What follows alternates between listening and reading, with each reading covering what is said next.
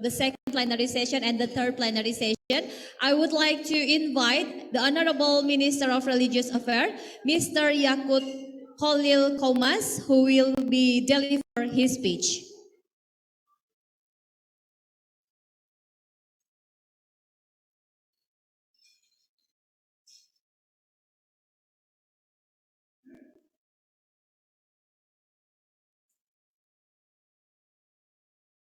So the speech will be delivered in video.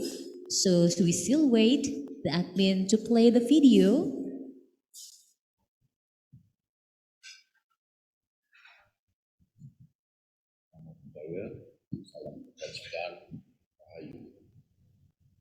First of all, I'd like to introduce you that those greetings are typical greetings from the 6 religions in Indonesia.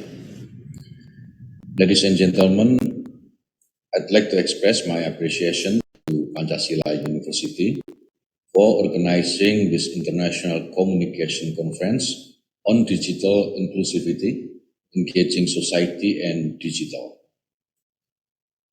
This theme discusses a very important issue when a wide gap still exists between those who have easy access to the digital world and those who do not.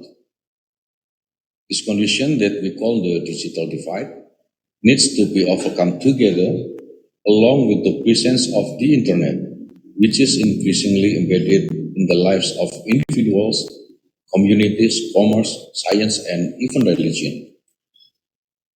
The internet is not just an instrument that helps human carry out complex tasks, but has an impact on revolutionary changes in the patterns of human thinking and behaving, as well as in the culture and civilization of society. On a more specific scale, connectivity between humans through the internet forms a digital society that is able to change human nature in interacting in society. Digital media also causes the loss of value orientation and could eliminate the sense of feeling and the spiritual sense. In this era, many people lose their balance of humanity because they are unable to adapt to changes and their impact on life. Virtual relationships between individuals become a reality that is actually more real than physical life. Therefore, digital inclusiveness is a necessity, where the digital world is used as a medium capable of creating more adaptive needs of life in order to facilitate human tasks. Digital inclusion must also be able to encourage the community to fully utilize all resources in the digital era for the growth of community empowerment. Each individual should also be a full participant in utilizing new technologies that will strengthen the lives of individuals and communities as a whole. In the context of a pluralistic society, digital inclusion should be able to open up.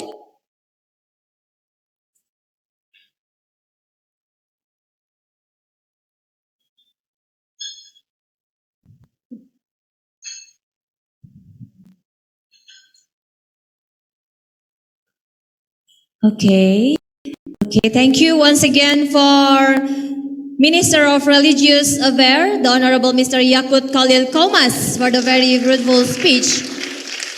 Jadi jangan kaget karena saya pun MC juga kaget, ternyata udah selesai. Baik, so thank you ladies and gentlemen. We will continue to our second plenary session. The topic of this plenary is engaging society and digital from political, economy, and cross-cultural perspective. The second plenary session will be invite the respectable speakers. The first is Professor Dr. Billy Sarwono MA from Universitas Indonesia. And then the second one is Professor Umaru Pate PhD from Bayero University, Nigeria. Network of UNESCO Chairs in Communication or BCOM. The second plenary session will be moderated by Professor Dr. Mas Hadi Said, MPD. So for Professor Dr. Mas Hadi Said, the floor is yours.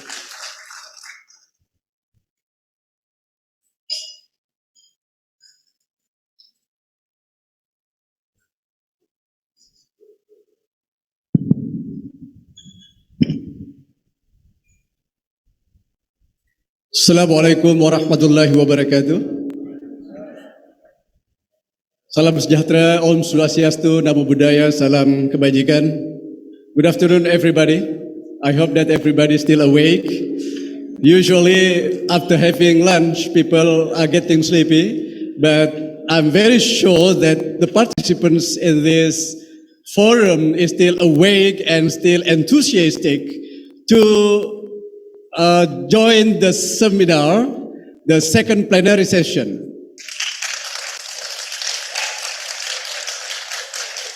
Ladies and gentlemen, first of all, I would like to introduce UNESCO chair called COSDEF, that is Communication and Sustainable Development, is a part of Orbicom.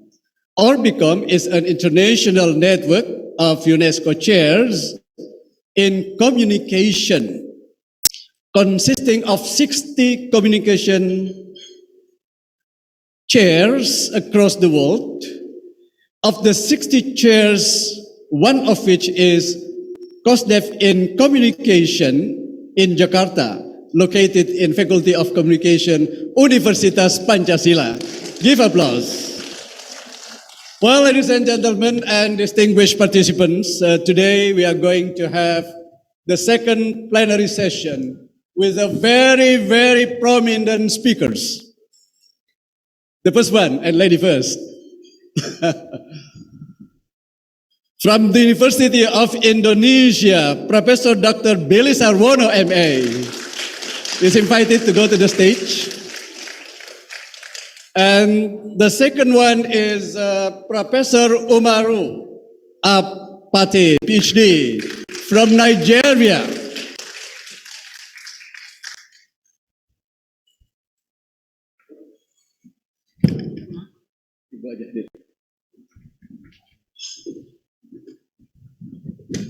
Well, before giving their presentation, I would like to introduce our First Lady in this forum, Professor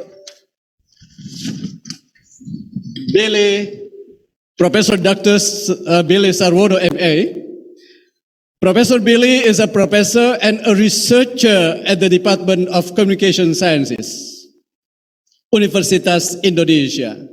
She earned her master's degree on communication at the University of Wisconsin at Milwaukee, USA, and her PhD at the University at Universitas Indonesia, also on communication.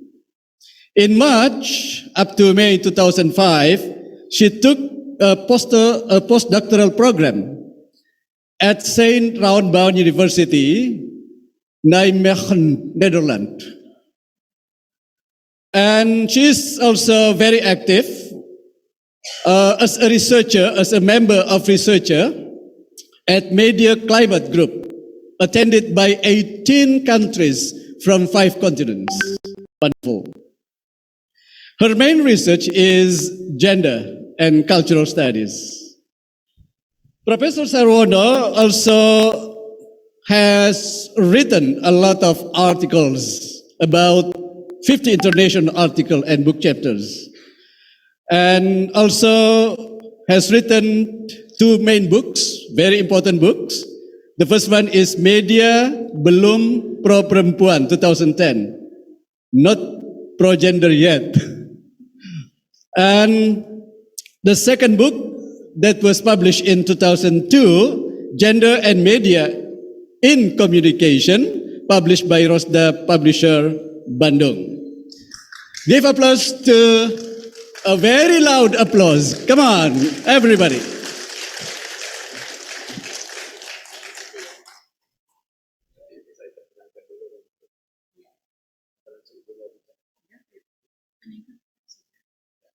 Now I invite Professor Billy to give a presentation for about 40 minutes. Time is yours. 30 to 40 minutes. Not 20? That's up to you. You can make it.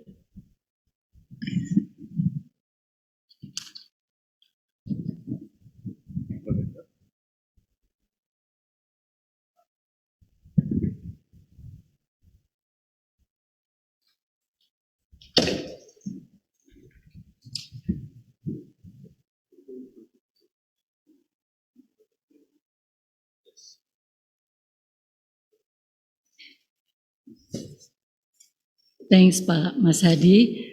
Good afternoon, ladies and gentlemen, and also my beloved friends. It is for me a big reunion because many of you are from Universitas Indonesia. So I'm very happy and I feel that I'm among the friends.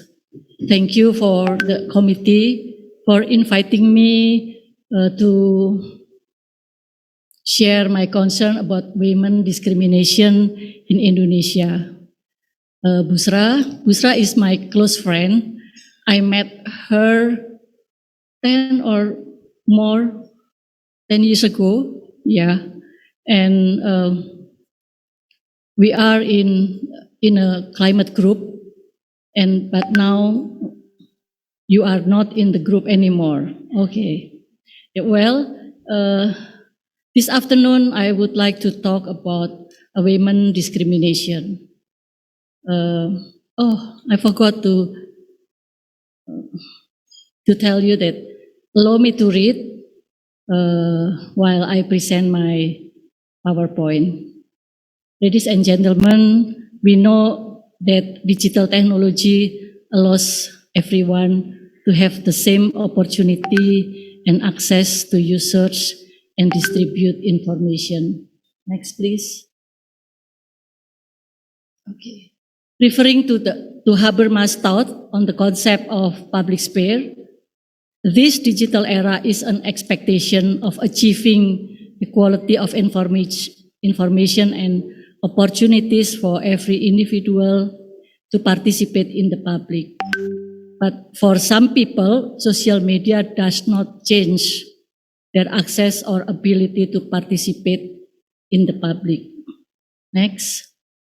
We can see that the media still dominate the public space. The process of working behind social media is similar to the way mainstream media works, such as socializing the culture of the dominant group, and society accepts the cultural hegemony without being forced and uncriticized. In social media, the role of mainstream media is replaced by software and algorithms. Digital technology makes us increasingly dependent on the search engine. That technology has also replaced the role of experts, reputable sources, or even the role of religious authorities as our source of information. Hegemony in social media is increasingly visible with the social buttons such as icon likes on Facebook and other social media platforms.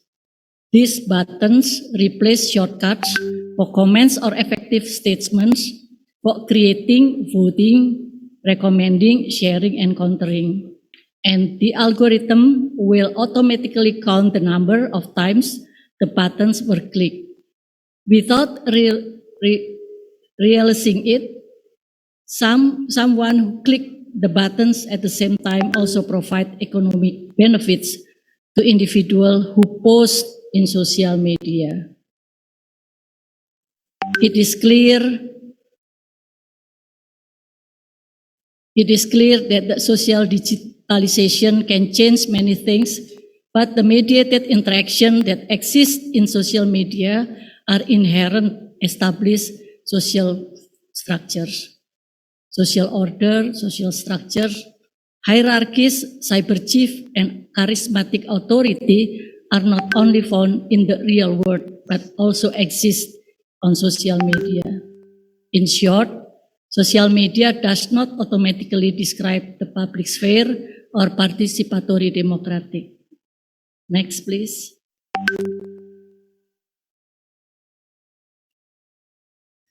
It can be seen that in social media there is still discrimination and inequality between men and women.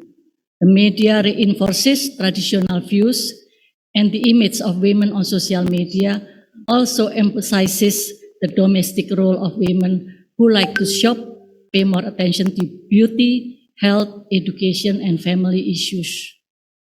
In patriarchal values, women who are considered ideal or good will be obedient, passive, and do not like to protest and love their families. Meanwhile, men are considered ideal if they have strong authoritative, rational, manly, and brave characters. The gender construction is implanted through the point of view of the dominant group, which places women as objects and determine what morality standards can and cannot be done by women. Ladies and gentlemen, one of the problems of women that is interesting for further discussion is the case of violence, whether in the form of domestic or sexual violence, sexual harassment, cyber harassment, rape, verbal violence, and others. Data on gender-based cyber violence increased by 83% in 2020 compared to the previous year, which is 940 cases. From 875 cases, around 69% indicated that the violence was done by friends on social media. Next, please. In my paper, I wrote 5 cases that happened and viral in the last 1 year and summary the cases as follow. The first one is violence against women is likened to an iceberg, and the incident has been going on for decades. Violence occurs at the various levels of age, education, and environment, inside and outside the house, and in educational and religious institutions. It is also occurs between victims and rapists or abusers who have equal relation as well as different in power. Fellow women such as wives, mothers who are associated with perpetrators of violence tend to protect them in order to save jobs or position held by the perpetrators. The law has not been in favor of women. Neither the police or the supervisor who received the report insist that they need strong evidence of harassments. However, rape or sexual harassment is difficult to prove because it is carried out in a closed place. Perpetrators can be acquitted of charges. On the other hand, the victims continues to bear the consequences that harm the victims. And the last one, women who experience domestic violence cannot easily report their husband's violence because it is women who are supposed to keep the good name of the family. Remember Lesti and Pilar? Her statement is viral, very short, but 2 weeks after the report, she mencabut apa bahasa Inggrisnya. She changed her mind and she tried to back to the family and together with his husband who did the violence. Okay, next please. Ladies and gentlemen, the cases of violence show the inability of victims to express the violence they experience. We name it muted group. Female victims are muted because to be able to report the violence experience, they must use vocabulary that is used and can be understood by the majority of group, such as the need for data proof. Meanwhile, it is difficult for women victims to prove violence because it takes place in a closed place and will expose themselves and their families' disgrace. The voice of muted group can only be heard or viral because of the role of the third party who helps the victims to raise the problem at hand, and without the help, those cases will be buried deep. Next, please. How empowering women or minimize the inequality of voicing inequality is voicing the voiceless. The effort of voicing the voiceless have already been done in several social movements, such as the hashtag #MeToo movement. This movement started in 2018 and is campaign to fight all forms of harassment and social violence through media. Another one is hashtag mulai bicara or start talking. Unfortunately, these social movements are not very visible in Indonesia. Another one is the existence of ruang aman or safe place, alis kamu gemas or Grace Aids on Twitter. These platforms allow marginalized groups or victims of sexual violence to express their struggle and counter the dominant narrative, but is also means to make change. Unfortunately, those accounts have not been fully utilized by the victims because of some reasons. The strong patriarchal culture and the absence of legal support for groups of women who have experienced sexual violence have forced the victim to be the muted group. Digital public is also filled with other players with high economic and capital and stronger social networks. It looks like empowerment, but still maintains the mainstream narrative, and users are not easy to recognize the pseudo public sphere that pretends to be deliberative. Even before the advocacy is done, the algorithm will surround us in a bubble that suppresses the voice of the liberation through various forms of doxing carried out by paid accounts and bots. Ironically, the media took advantage of the traffic for the impeach power efforts. Ladies and gentlemen, this is my last PowerPoint. We have to keep, we have to keep voicing the voiceless, help by using the feminist perspective of media and communication. Through the perspective, we are able to side with the position of women who have been silent all this time. Besides that, I ask other people, especially fellow women, to understand the perspective of marginalized group for the sake of better and more dignified life. Thank you so much. Thank you so much, Professor Billy.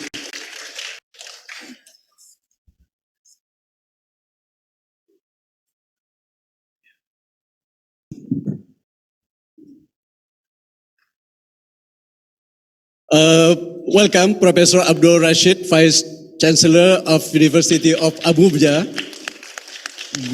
Lada, Abuja, Nigeria. Thank you so much for coming to our session and important conference, of course. And I'm sure that you are still very tired. 2 flights or 1 flight? Only one. All right, thank you very much, Professor Billy, for your very important presentations about how to promote women equality and in this very patriarchal culture in Indonesia. And I think mostly in Muslim countries. Yeah? All right. Now I would like to introduce you to the second prominent speaker from Nigeria, Professor Amaru Pate, PhD, is a Nigerian professor of media history. He earned his master's degree in philosophy, University of Ghana, Legon, in 1990, and his PhD at University of Maiduguri in 1997.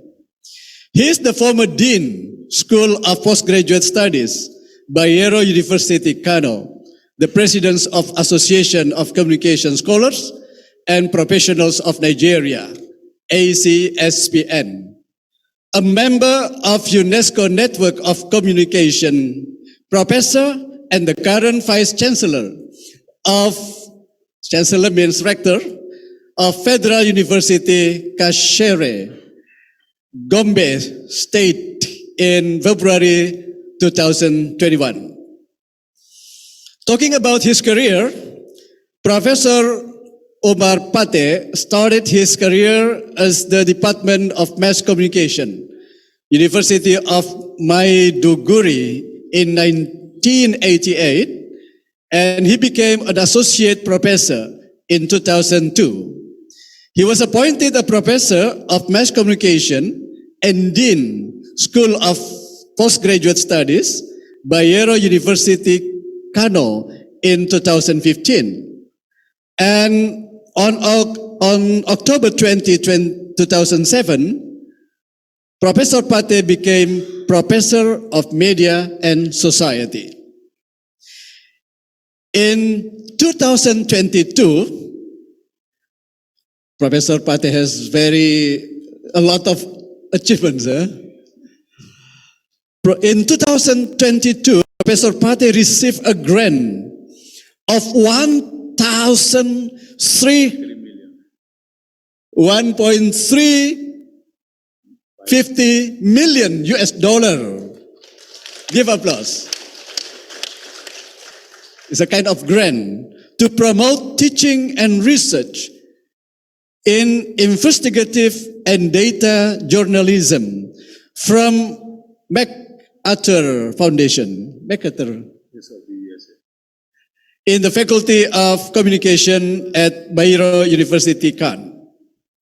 International appointment.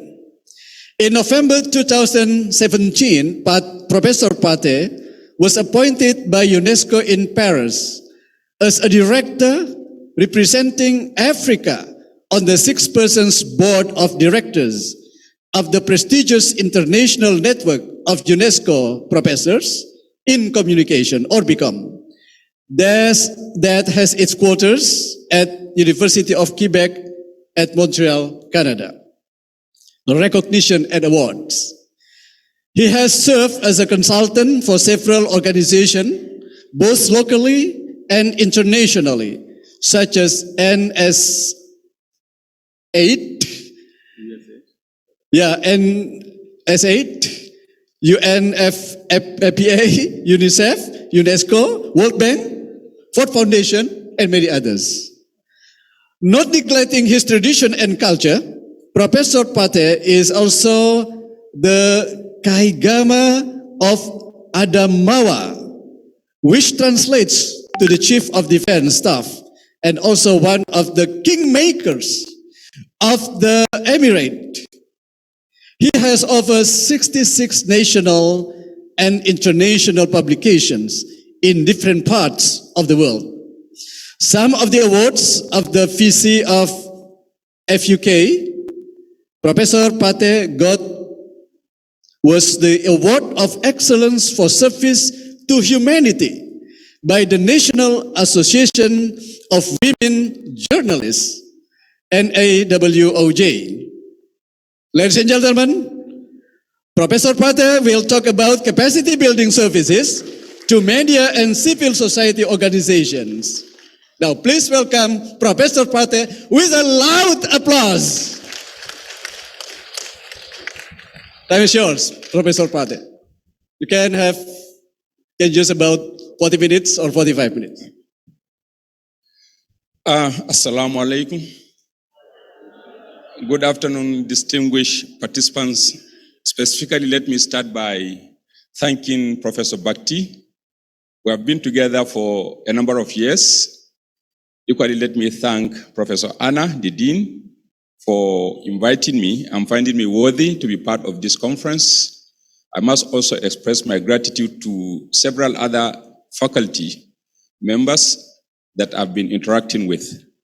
I consider myself part and parcel of the faculty of communication in your university. I've been involved in a lot of your activities, and I pray that we shall have a lot more to do in the future. At this point, let me also welcome a colleague, Professor Abdurrashid Naala. He is the Vice Chancellor of one of the biggest universities in Nigeria, in our capital, Abuja. When I told him that I'm coming for this conference just about 10 days ago, he indicated interest that he would also want to participate. Then I said to him, you know, the visa process could take some days for you to go to, but likely he holds the American passport. So because of that, I think he has free entry into Indonesia, unlike me that had to go to the embassy for some days to get my visa. But all the same, we are grateful that you could find us worthy of being invited and be made part of your engagement here. I hope this is going to be the beginning of, for him, for me, it has always been the beginning of a very fruitful relationship ahead. And his university is also starting the Faculty of Communication in the next academic session. So I'm sure he will have a lot to share and learn from you. Thank you very much.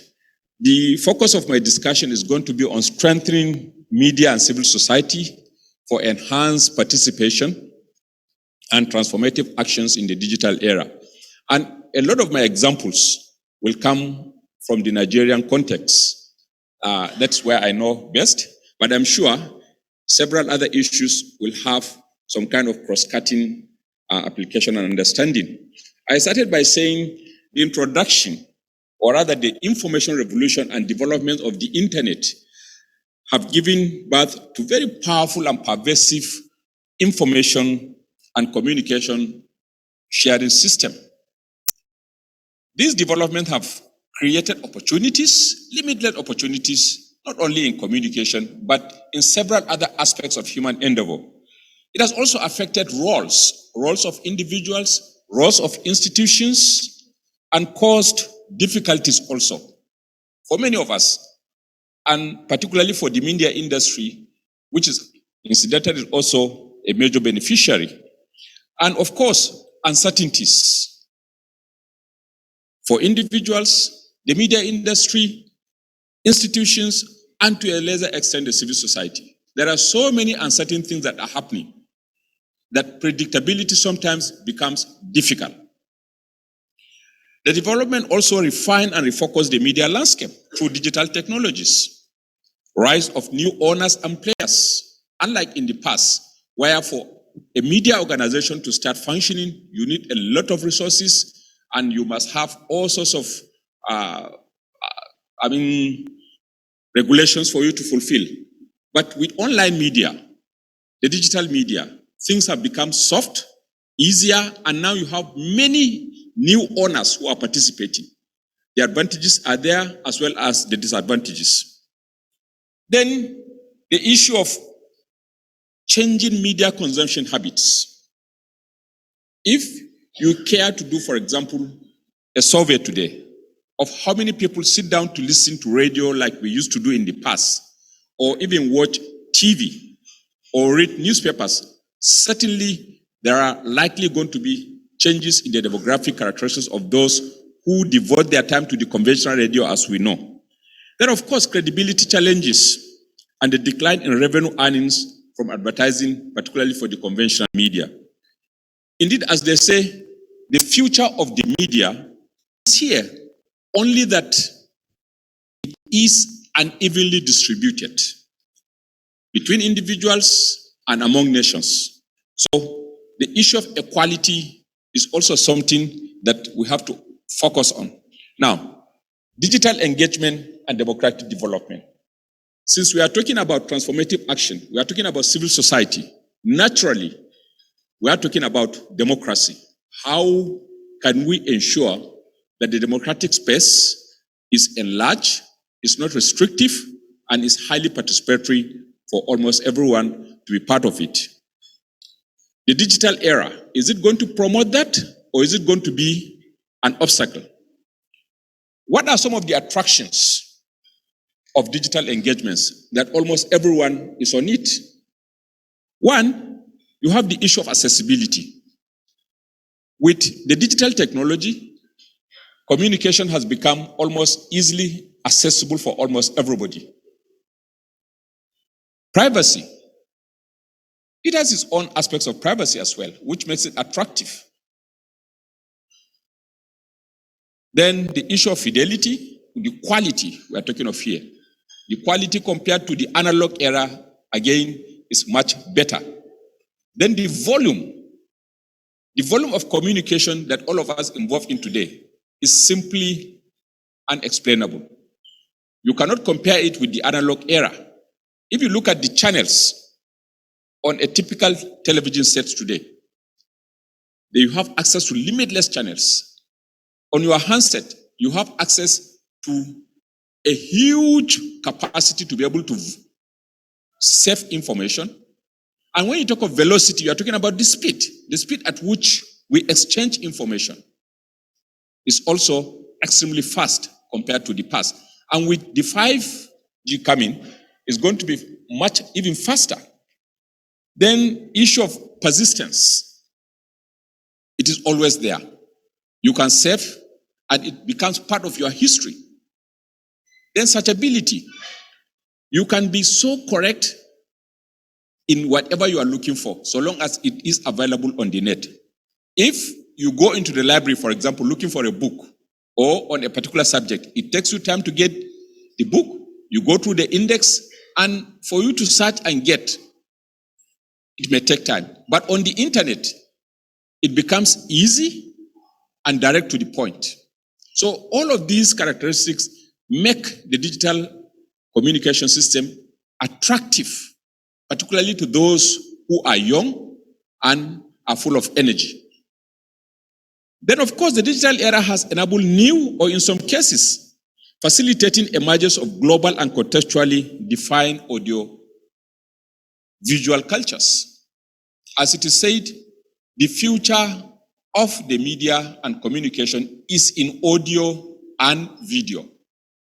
And if we agree on that, you could see particular communities, particular groups, particular sets of individuals, and of course even countries developing their own unique ways and styles of communicating and also relating with communication.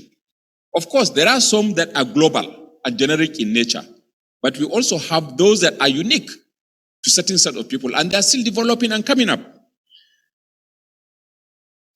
This means that digital engagements produce constructive engagement based on some of these issues that we have talked about. Constructive engagement between citizens and governments, and creates or fosters or promotes a democratic culture that all of us perhaps are talking about. So you could see the linkage and the opportunities that digital communication provides in the democratic, or in enlarging the democratic space. But that is not all. What are some of these opportunities? One, the issue of freedom of expression. It gives individuals who ordinarily may not have access to some of the centers of power, to some of the powerful media organizations, for them to be able to express themselves. But the alternatives provided by the opportunities created through the digital system makes it possible for everyone that has access to them to be able to express his or her own opinion. And of course, the ubiquitous adoption, it means they are almost everywhere. Then it also helps in promoting collective action. We have seen the Arab Springs, we have seen what is happening in Iran today, and in several other parts of the world. In Nigeria, at the point, we also had our own NSAS action, where young people mobilized themselves using these gadgets to confront or attack or challenge certain societal actions in elections and several other forms of protests, which mainly were facilitated by these gadgets. Now, but there are also challenges. The digital era, of course, like we have heard from the previous presentations, in a way promotes the divide, the inequality in the digital world. If you take my own part of the world, for example, Africa, or particularly my own country, compare with the resources available to us with what others have. You remember the debates in the New World Information and Communication Order in the past. These days, you hardly hear about the debate, but it still remains valid and relevant in the context of developing nations. With the digital revolution, we are still hugely disadvantaged in a number of ways. When you look at issue of access, issue of exposure, issue of content creation, content production, and content distribution. Who are the major players in all of these things? Certainly, they are the global tech companies from the West, which means they still control resources, and not just the physical resources, but the mental resources of our people through these connections. Now, evidence from multicultural societies like Nigeria shows that bridging the digital divide is a huge challenge. We have a lot more to do for us to think of closing the gap. But if we could do that, certainly it's going to affect almost every aspect of our life. And we heard what Professor Bhakti earlier said. We also heard what Professor Bushra mentioned on this issue of inequity. And it's not likely to close so soon. Now, what are some of the characteristics of multicultural society which we feel the digital communication system can promote or, in a way, become problematic? Like in the case of my own country, Nigeria. Nigeria has about 215 million people, a little less than Indonesia, and with about 400 or so different ethnic groups and languages. The two major religions, Islam and Christianity, and of course, different political orientations and all sorts of diversities. In such a country, if the instruments of communication are misused, the danger is going to be what? Explosive. So, societies like ours definitely will find use in some of these technologies, in explaining ourselves in relation to our identities. Every group will want to assert its own identity in the context of the federal system. And one of the ways for doing that is through the instrumentality of the communication system and gadgets. And the digital era provides that opportunity for almost everyone to have access to it. Of course, cultural and political peculiarities. Every group, again, within the main group, will want to have its own way, will want its voice to be heard, and for that to happen, they need, again, access to these instruments. And the issue of equity and social justice. Our respected professor here just talked about gender equity. And for us, where you have this patriarchal system, a commanding presence of men's idea on whatever that is happening in the society, women, for example, have found the digital platforms as a very convenient way of also expressing themselves. Today in Nigeria, there are some female-led groups with followership above millions. And when you go to such platforms, the kind of things that you see them discuss are not ordinarily things that you could find in common day discussions, either in family groups or in our societal normal conversations. But they find a very convenient and a very expressive medium in the digital platforms. Of course, these things have their own implications. There are the drawbacks. Yes, we agree that digital communication, either social media, digital media, online media, and several other platforms give opportunity for people to express themselves, promote democratization, but they also have the other side, especially in societies that are divided along what we call fault lines. I don't know what the situation is here, but in my own context, we have some explosive elements that usually are used for whatever objective. Issue of religion, issue of ethnicity, sometimes issue of income are very serious issues for us. Then you go into politics, issue of states or provincialism. These are fault lines that have led to wars, conflicts, and bloodletting in my own context. So having these instruments of communication, where people sometimes try to use them to assert their identities so that their spaces can be enlarged within the general context, can also be problematic if they are not properly managed. And what are some of these concerns? You could see how these tech giants that are not necessarily located in our own context are deploying what you could call as techcraft to monopolize, control, and monetize data and audience attention. These are global concerns. And their level of appreciation of our own challenges may not necessarily be the same with ours.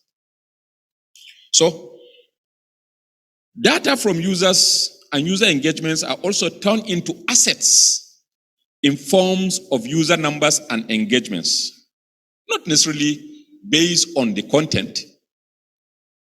So, how can they make money out of the data that they sell, which they collect, incidentally, from us, without necessarily being accountable to our own society?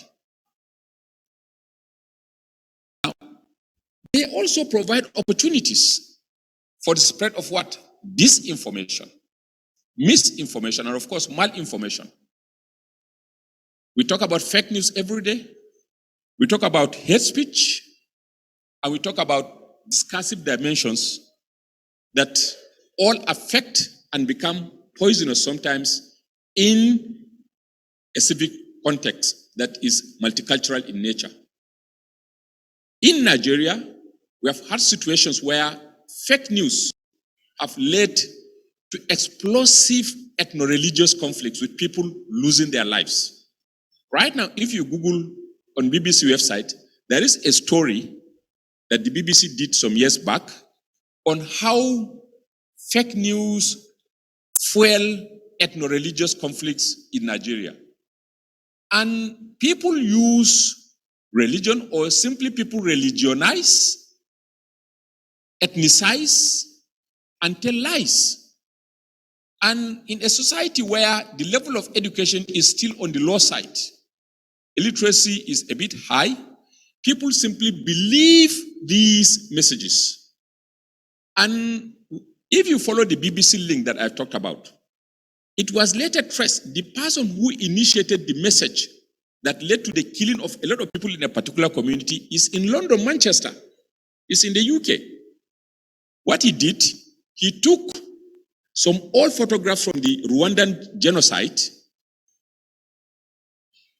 photoshopped them, and then put online saying that this is happening now in Jos Plateau State, where Muslims are killing Christians.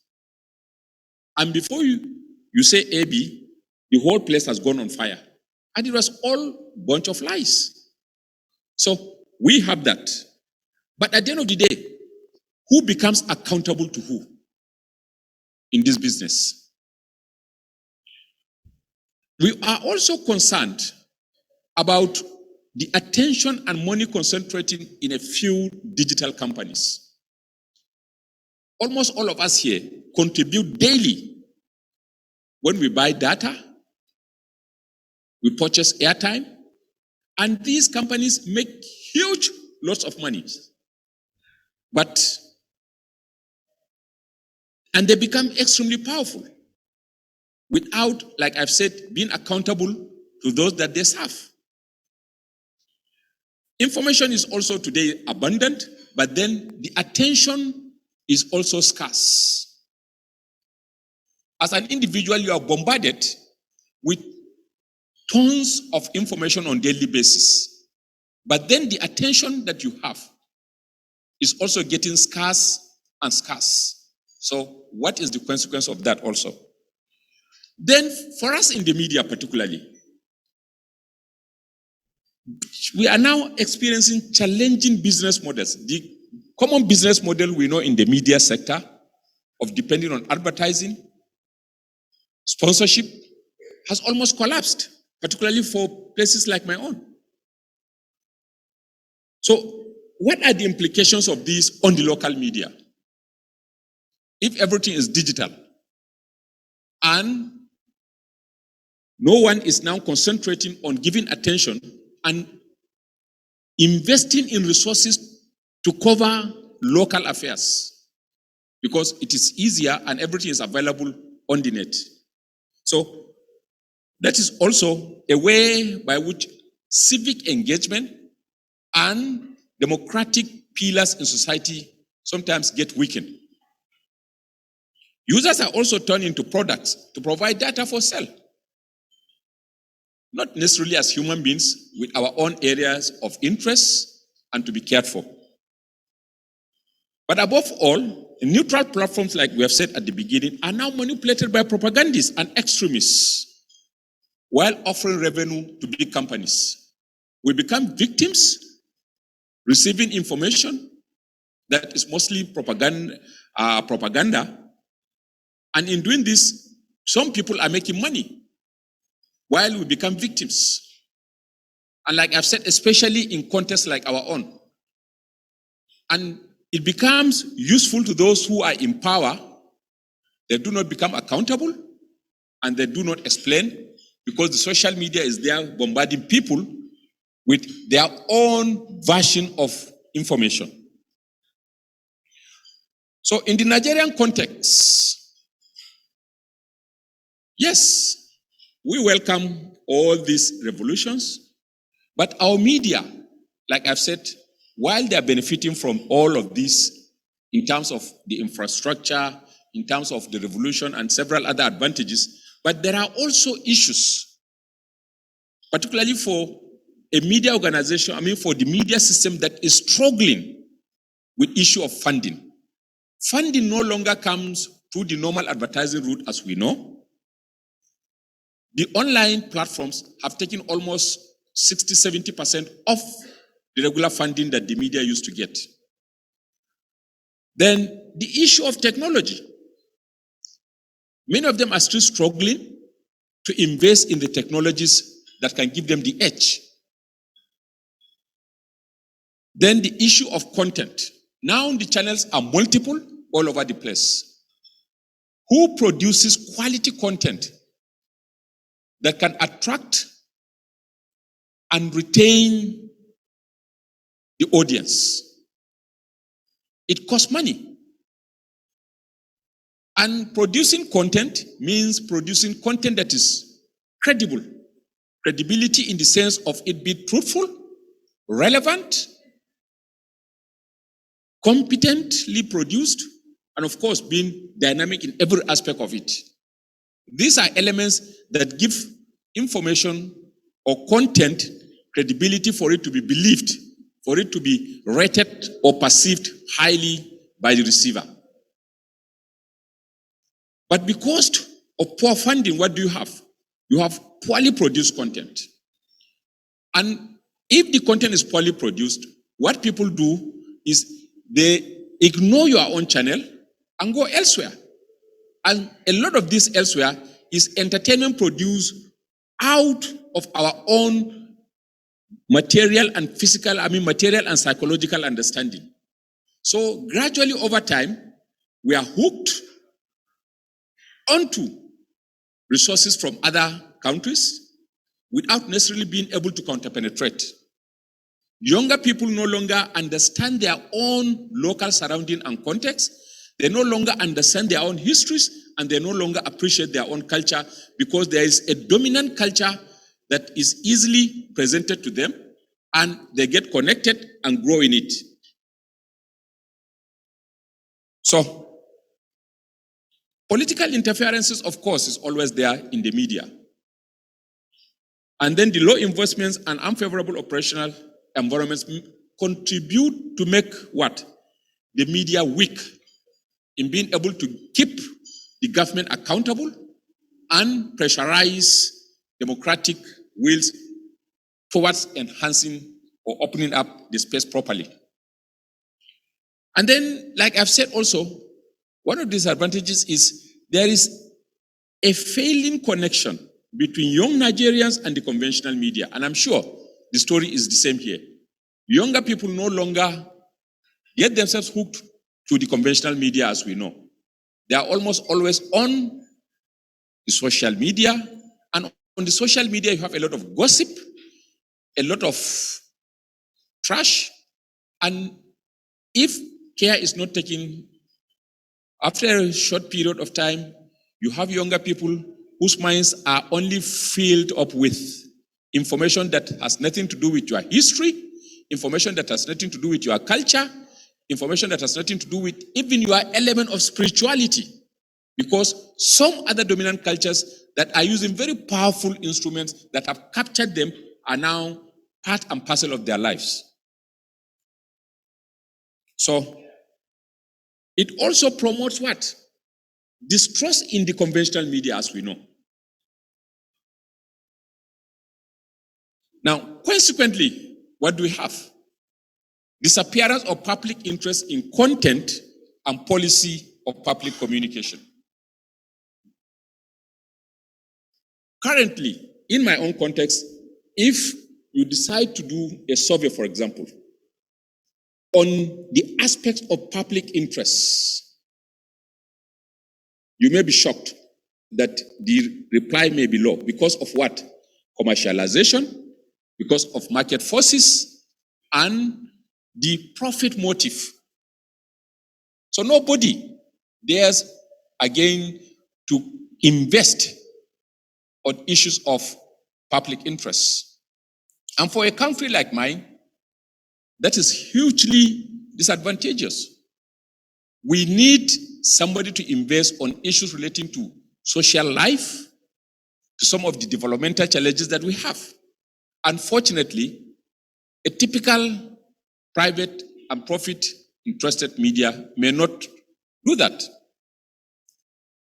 So, we have to look at it. How do you promote the issue of public interest that will enhance our democracy, promote public engagement, and enlarge the space for those that could be described as disadvantaged in the current digital era as it evolves, particularly in places like mine. Then you also have changes in roles of institutions. Government institutions have been quite slow in responding to some of the challenges that are fallout to the current revolution in information and communication technology. In other words, these technologies are so fast in evolution that we have been so slow in coming up with policies on how to govern their performance and their effects on us as individuals. We are simply busy learning how to use the computer without developing policies on how we can govern the use of the computer in our own individual environment. And that has its own implications too. Of course, decline in trust of public media. Because of the number of channels on digital platforms, online news, social media, and all of that, the public media appears sometimes to be slow. And because of that, the trust people have in their performance also declines. And not only that, this is the era of fake news, the era of lies, the era of populism politics. And in populism politics, emotions overtakes reasoning. sentiments. And these are the kind of things that you find on the social media platforms where sensationalism is always there. And the political economy of the social media is also there, where people try to promote their blogs so that they can make as many hits as possible. And again, it opens up the space for almost everyone to become a reporter, a producer, a director, and a media owner. With data of, let's say, 100 naira, you can distribute messages that are manufactured based on lies, and they go viral. So it defeats sometimes the essence of the public media. So we have a lot to do in that respect, which means we have to invest in the public media also to make it active and be able to counter some of the narratives that we get on the other side. Then the issue of representative democracy is also increasingly being threatened through surveillance and behavior of bad actors. You know who are some of the bad actors are, even globally, and the way they do and how they attack the truth. So it's not only in the US that you have them. Locally too, we have some of these local champions who confront the truth and try to weaken the democratic will. Then all of this, by the time you take a look at them, they have their own implications on freedom of expression. Who expresses what? And who is the owner and controller of these means of expression? And not only that, what is the quality and the content of what you are expressing? If freedom of expression is affected, naturally, democratic sustainability will also be affected. Because you cannot talk about democracy when freedom of expression is injured, or when quality of content of the media is not participatory or is not promoting these ideals. So what is the way forward? Both for the media and for civil society. There are several ideas from scholars on strengthening the capacity of the media and civil society sector in pluralistic young democracies like Nigeria to be able to observe some of the shocks resulting from the digital media revolution. In a context like my own, poor management of information will definitely become a major problem for us, where people weaponize information and turn them into weapons of destruction instead of weapons of construction. Then pluralistic societies like ours will become big victims. Chief executive officers are building sustainable and diversified media businesses amidst market uncertainties. You need to have media houses that are competent, that are confident and capable in being able to do what they are supposed to do, to keep the government accountable to the people, to promote diversity in the democratic system, and to give voice to the voiceless. Now, there are also geopolitical risks. We could see how countries can wake up in the morning and then attack other countries. These things are becoming real. Locally, we have our own also issues relating to all these geopolitical risks. And of course, economic volatility and declining trust and hostility. These are realities. Locally, nationally, and internationally. Then the next thing is governing large digital platforms as public utilities to ensure due process and fairness. It's a recommendation some people have been making. That look, these global tech companies, they make a lot of money, they distribute information, they do a lot of things, yet nobody governs them for them to be responsible to the public of the individual countries. They are damn too powerful. located in the United States or elsewhere, yet having a controlling, having a command in your area of jurisdiction. So how can we, in a way, make them accountable and turn them into public utilities so that all of us will have a stake, not just some few people sitting somewhere and determining that this is how it should be. Then empower civil society also to monitor abuses and demand for better practices. In almost every country, we have our own civil groups or civil society groups. How can they have a say in some of these things? While we do not, or we are not going to advocate for government control, but then certainly there should be some element of oversight, at least in individual areas of jurisdiction. Then the new focus, particularly for the media now, is on what? On the 5 R's in the media sector. Reach, revenue, relevance, reputation, and resilience. We need to expand the reach. Every media organization needs to expand its reach so that it could have as many audiences as possible. Then the issue of revenue is central. As we know in journalism, economic independence determines editorial independence. A media organization that is weak economically certainly is going to be weak in terms of performance. Likewise, the credibility and rating of its contents will be low in the minds of its audience. The issue of relevance. Media content that is not relevant is almost always rejected. But we could see how multinational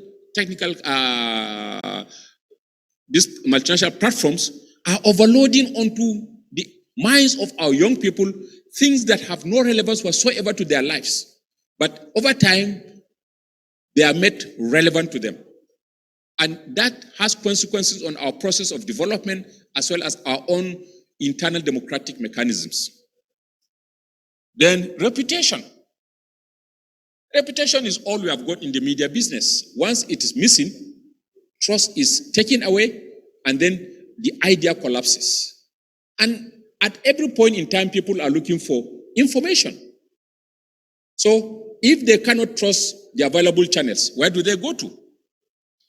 Then the issue of innovation in all respect. This is something that we have to promote continuously from within, not only wait for innovations from our side also. And of course, proper use of data to know how we are connected. Many of us, I don't know the situation here, over there, do not bother much about data. And these data are mined and collected by global companies who make money out of it. Finally, we have to continuously promote media literacy, particularly for young people to be highly critical on what to trust on conventional and social media platforms. Media literacy is extremely important. That is what will equip the individual with the skills required for him to determine what is safe for him to consume on the media, and not only consume, but internalize and use. But a lot of the time, we do not bother much about these things. Finally, professional media and active civil society sector can promote, stabilize, and add credibility to the process of integration and increase confidence, lower tension, and deepen democratic legitimacy in places like Nigeria. Weak media and disorganized civil society sector can provoke and misdirect society with severe consequences on individual and national security and the democratic process. So these are some of my thoughts on this subject, which I believe can be open for discussion, and we can have a better understanding of some of the issues raised. On this note, let me thank you most sincerely for your kind attention. I'm grateful.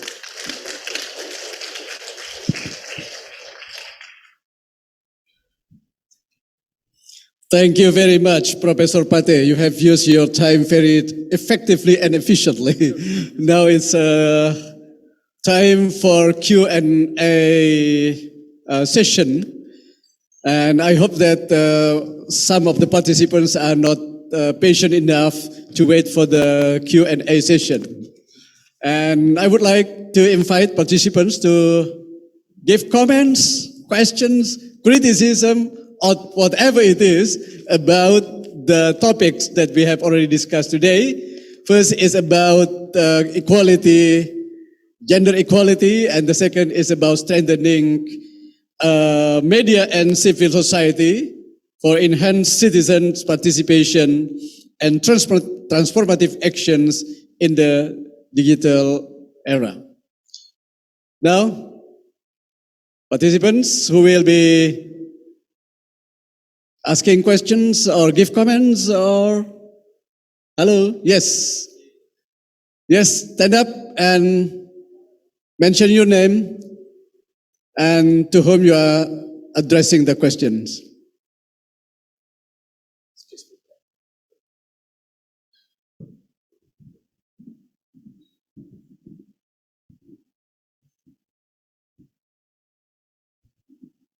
Good afternoon to all speakers. Dear Professor Billy Sarwono, it's nice to meet you.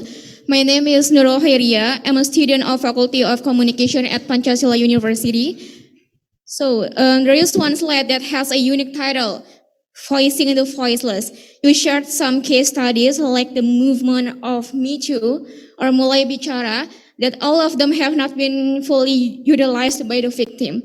Do you think this condition happened because the victim is afraid of their confidentiality of personal identity that can be seen or heard by the public, and how to handle that situation? Thank you, Professor. Okay, very good questions. Are you going to answer the questions? Thank you. Thank you so much for the question. Let me rephrase your question.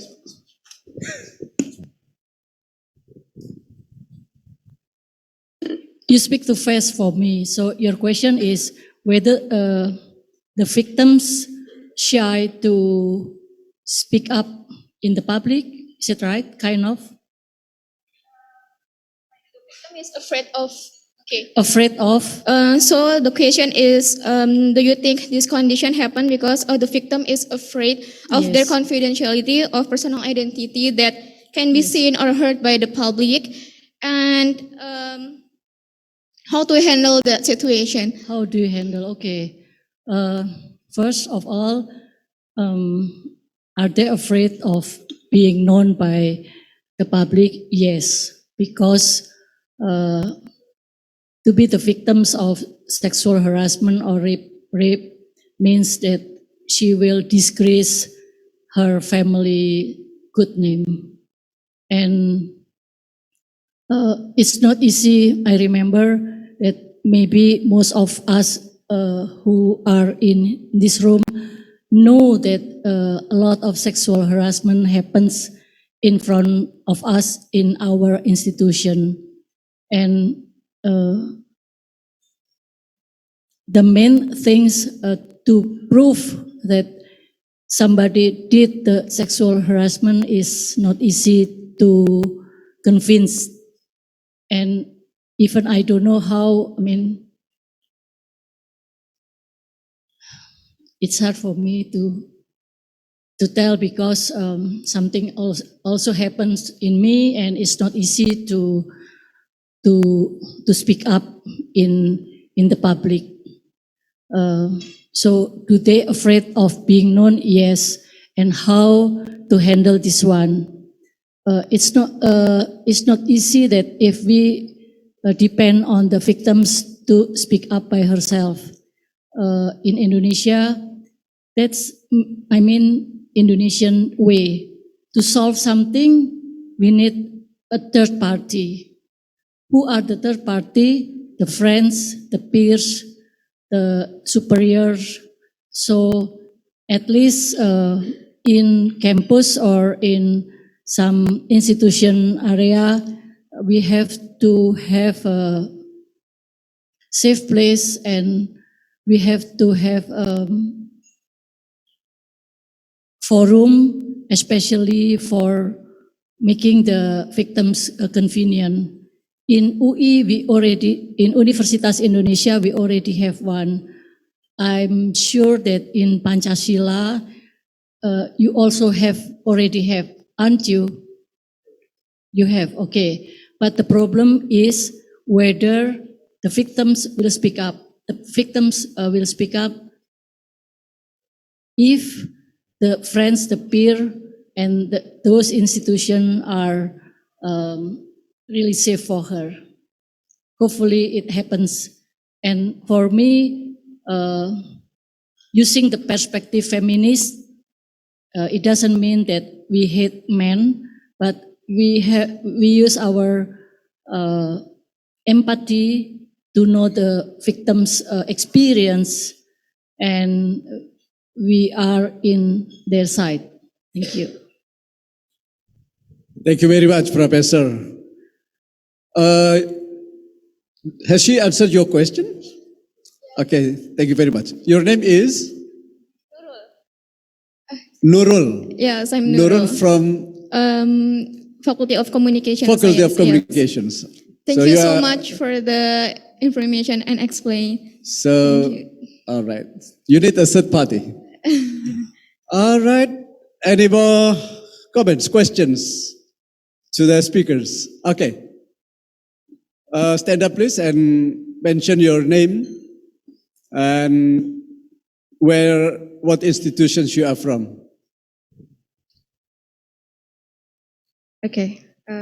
Dear Professor Billy Sarwono. Can you open your mask, please, so that it will be very clearer for us to hear your voice?